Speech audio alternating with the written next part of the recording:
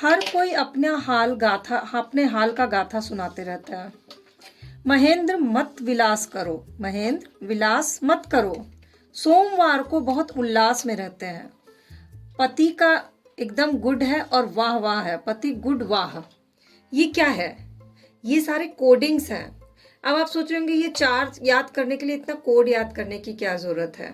Actually आज का topic है साहित्य एवं रचनाकार। साहित्य एवं रचनाकार अभी आपको आसान लग रहे होंगे क्योंकि ये सिर्फ चार हैं। अगर आपको यही 25 याद करने पड़े तो आपको वो लिस्ट बहुत लंबी लगेगी। चलो, बहुत ही इंटरेस्ट के साथ आपने उसको याद कर भी लिया तो एग्जाम टाइम में ऑप्शन देख करके आप कंफ्यूज हो जाओगे और आंसर आप गलत लगा दोगे। तो बेसिकली जीएस का सिलेबस होता सभी के लिए सेम है, बस उसको पढ़ने और याद करने और समझने का तरीका हर स्टूडेंट का अलग होता है। तो कोडिंग एक ऐसा चीज है जिसको अगर आप याद करते हैं तो एग्जामिनेशन हॉल में ऑप्शन देखने की आपको जरूरत ही नहीं पड़ती है। बिना ऑप्शन देखे आपको डायरेक्ट आंसर याद आ जाता है और आपका समय भी बच जाता है, कंफ्यूजन से भी बच जाते हैं और आंसर भी सही हो जाता है। तो ये जो सीरीज मैंने शुरू किया है ये कोडिंग के लिए है। कोडिंग को बनाने में सबसे ज्यादा समय लगता है और याद करने में बहुत कम समय लगता है। तो मैं आपका समय बचा रही हूँ। मैं आपको हर टॉपिक के जीएस का कोडिंग बना करके आपसे शेयर करने वाली हूँ ताकि आपके लिए जीएस को लर्न करना बहुत ही आसान हो जाए। और अगर आपको इसकी टेस्ट सीरीज भी करनी होगी तो मुझे यस और नो में आंसर दीजिएगा कमेंट सेक्शन में जा करके, तो मैं फिर आपके लिए टेस्ट सीरीज भी शुरू करूंगी अगर आप लोग को इसका टेस्ट सीरीज करना होगा। बाकी नॉर्मल टेस्ट सीरीज की लिंक डिस्क्रिप्शन बॉक्स में दी हुई है, प्री की टेस्ट सीरीज और प्री की क्लासेस की, आप उसको कर सकते हैं। तो आज हमारा टॉपिक है साहित्य और रचनाकार इतिहास के, प्राचीन इतिहास के साहित्य और रचनाकार की लिस्ट की कोडिंग। कोडिंग को आप नोट डाउन कर लीजिए और उसको 1 से 2 बार पढ़िएगा या आपस में डिस्कस करिएगा तो आपको याद हो जाएगी कोडिंग। तो सबसे पहला है हमारा हाल गाथा सप्तशती। अब एग्जाम में आता है कि इनमें से हाल की रचना कौन सी है और आपको याद है, लेकिन जैसे ही आप ऑप्शन देखते हैं कि इसमें महेंद्र ये इसमें मत्त विलास प्रहसन है, मनोल्लास है, गौड़वाह है और गाथा सप्तशती, तो आपको सब पढ़े हुए से लगते हैं, आप कंफ्यूज हो जाते हैं। लेकिन जैसे ही आपने ये कोड याद किया, हर कोई अपना हाल की गाथा सुनाते रहता है, तो आपको तुरंत याद है अच्छा हाल की गाथा सुनाना, गाथा कहाँ है, गाथा सप्तशती, आपने टिक लगा दिया, कंफ्यूजन खत्म। दूसरा, महेंद्र वर्मन की रचना है मत्त विलास प्रहसन, तो महेंद्र मत विलास करो, ये एक कोड है, महेंद्र मत विलास करो। तो जैसे ही आएगा मत्त विलास प्रहसन किसकी रचना है, तो महेंद्र वर्मन की। महेंद्र को कहा गया था विलास मत करो। और इनमें से कौन सी रचना महेंद्र वर्मन की है, तो आपको तब भी याद आ जाएगा अच्छा महेंद्र को मना किया गया था विलास मत करो, तो बाकी ऑप्शंस पे आप ध्यान ही नहीं दोगे, आप तुरंत मत्त विलास प्रहसन पे मार दोगे। इसके बाद तीसरा है सोमेश्वर की रचना है मानोल्लास। सोमेश्वर की रचना मानोल्लास। सोमवार को मन उल्लास में रहता है, सोमवार का दिन होता है शंकर भगवान का, सोमवार के दिन मन उल्लास में रहता है, तो जैसे ही आएगा सोमेश्वर तो मन का उल्लास आपको याद आ जाएगा। चौथी रचना है वाक्पति की गौड़वाह। तो पति जो है, पति गुड है और वाह वाह, मतलब पति इतना अच्छा गुड मिला है कि दिन भर वाह वाह करते रहते हैं, तो पति गुड वाह। तो जैसे ही आएगा वाक्पति तो पति आपको कोड याद आ जाएगा और पति मेरा गुड है और बहुत ही अच्छी बात है, वाह है बिल्कुल, तो गॉड वाह आपको याद आ जाएगा। तो ये 4 के कोडिंग हुई। अब हम इसको आगे के कोडिंग करते हैं।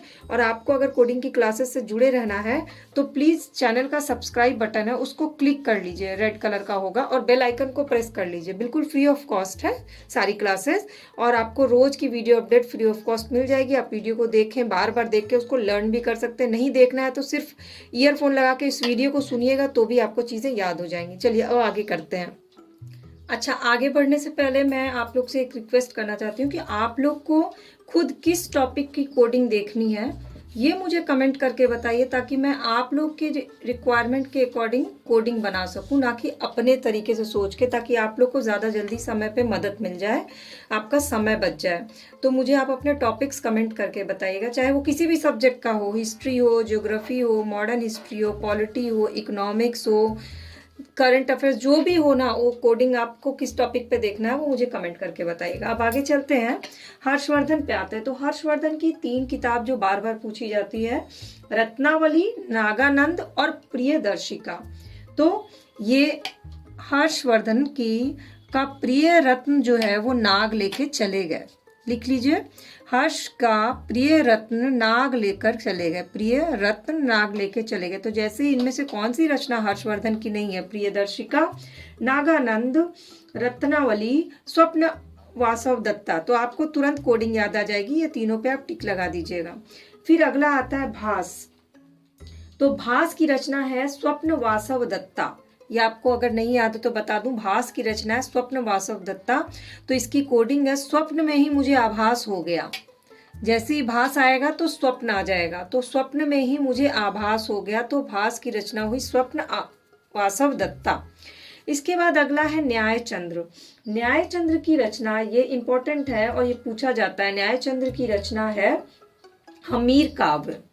तो न्याय को लोगों ने काव्य में लिख दिया, मतलब कविता पाठ करते हैं, न्याय के नाम पे काव्य पाठ होता है। तो जैसे ही न्याय का नाम आएगा आपको काव्य याद आ जाएगा कि न्याय काव्य के रूप में लिखा गया है। तो न्याय चंद्र की रचना है, क्या है बताइए? न्याय चंद्र की रचना हमीर काव्य। इसके बाद है बिल्लाल की रचना है भोज प्रबंध। तो बिल्लाल के लिए भोज का प्रबंध किया गया है, बिल्लाल के लिए भोज का प्रबंध किया गया। जैसे ही भोज प्रबंध आएगा आंसर आप तुरंत लगा दीजिए कि भोज प्रबंध किसकी रचना है। तो आपको याद आएगा, अच्छा भोज का प्रबंध किसके लिए किया गया? न्याय के लिए किया गया, भास के लिए किया गया, हर्षवर्धन के लिए किया या बिल्लाल के लिए किया गया? तो आपको तुरंत याद आ जाएगा, अच्छा बिल्लाल के लिए हमने भोज का प्रबंध किया था। तो आप आंसर पे टिक लगा दोगे।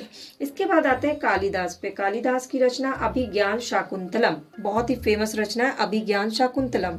तो कालिदास को बहुत ज्यादा ज्ञान था। जैसे ही आएगा कालिदास की रचना आपको याद आएगा कि कालिदास बहुत ज्ञानी थे। तो अभिज्ञान शाकुंतलम। इसके बाद है विशाख दत्त की रचना है मुद्रा राक्षस। जो पता नहीं कितनी बार ये क्वेश्चन पूछा गया है, लेकिन जैसे ही ऑप्शन आता है ना तो विशाख दत्त की रचना के नीचे ऑप्शन आने लगते हैं मुद्रा राक्षस, हर्षचरित, महाभाष्य और अष्टाध्यायी। तो बहुत सारे स्टूडेंट्स को कंफ्यूजन हो जाता है, क्योंकि आप सिर्फ यही याद करके तो एग्जाम देने नहीं जाते हो ना, आप बहुत सारी चीजें याद करके रखते हो। तो कंफ्यूजन ना हो इसलिए विशाख दत्त राक्षस जो है वो शाख पर छुपा हुआ है, पेड़ की शाख पर राक्षस छुपा हुआ है। तो जैसे ही मुद्रा राक्षस आएगा या ऑप्शन में तो आपको याद आएगा, अच्छा राक्षस कहाँ छुपा है? शाख पे छुपा है, तो विशाख दत्त। ये हो गया इसकी कोडिंग। तो आपने इसको नोट डाउन कर लिया। अगर नोट डाउन नहीं किया तो बैक में जाकर के आप इसको रिप्ले करके फिर से नोट डाउन कर लीजिए। अब आगे की कोडिंग देखते हैं। कल्हण की किताब है राज तरंगिणी, याद है आपको? कल्हण की किताब है राज तरंगिणी। तो कल राज आया था तरंग बजाने के लिए, कल राज आया तरंग बजाने। तो जैसे ही आएगा कल्हण तो आपको तरंग याद आएगा कि राज आया था तरंग बजाने। तो इसको नोट डाउन कर लीजिए। इसके बाद है पाणिनि की किताब है अष्टाध्यायी। अष्टाध्यायी। तो पाणिनि दिन भर 8 बार पानी मांगते हैं। घर के लोग दिन भर 8 बार पानी मांगते हैं, पानी 8 बार मांगते हैं। तो पाणिनि अष्टाध्यायी। तो पानी अष्ट लिख दीजिए वहां पर, कहानी की तरह लिख भी लीजिए कि पानी 8 बार मांगते हैं, 8 बार मांगते हैं पानी। ये आप डे टू डे लाइफ में ना एक दूसरे से बोल भी सकते हैं। जैसे कोई पानी मांगे तो आप लोग 8 बार पानी मांगते हैं, पाणिनि अष्टाध्यायी। तो आपको वैसे ही याद हो जाएगा।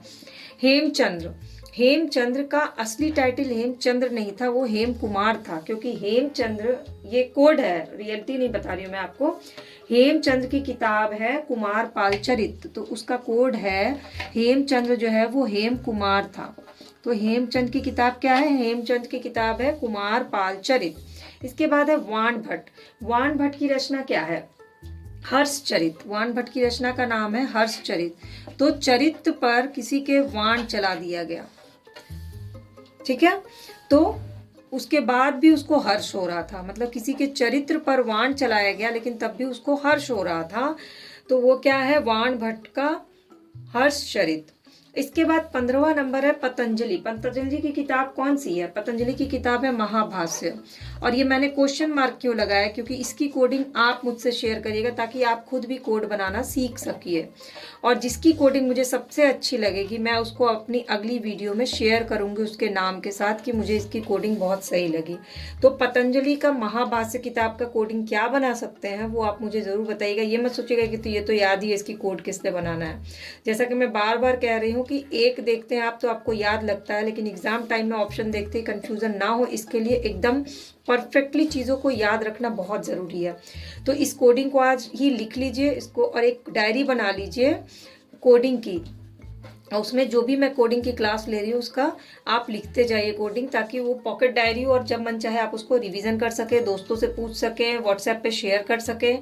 जो भी आप कर सकते हैं उसको करिए, ताकि आपका एग्जाम प्रिपरेशन बहुत अच्छे से हो जाए।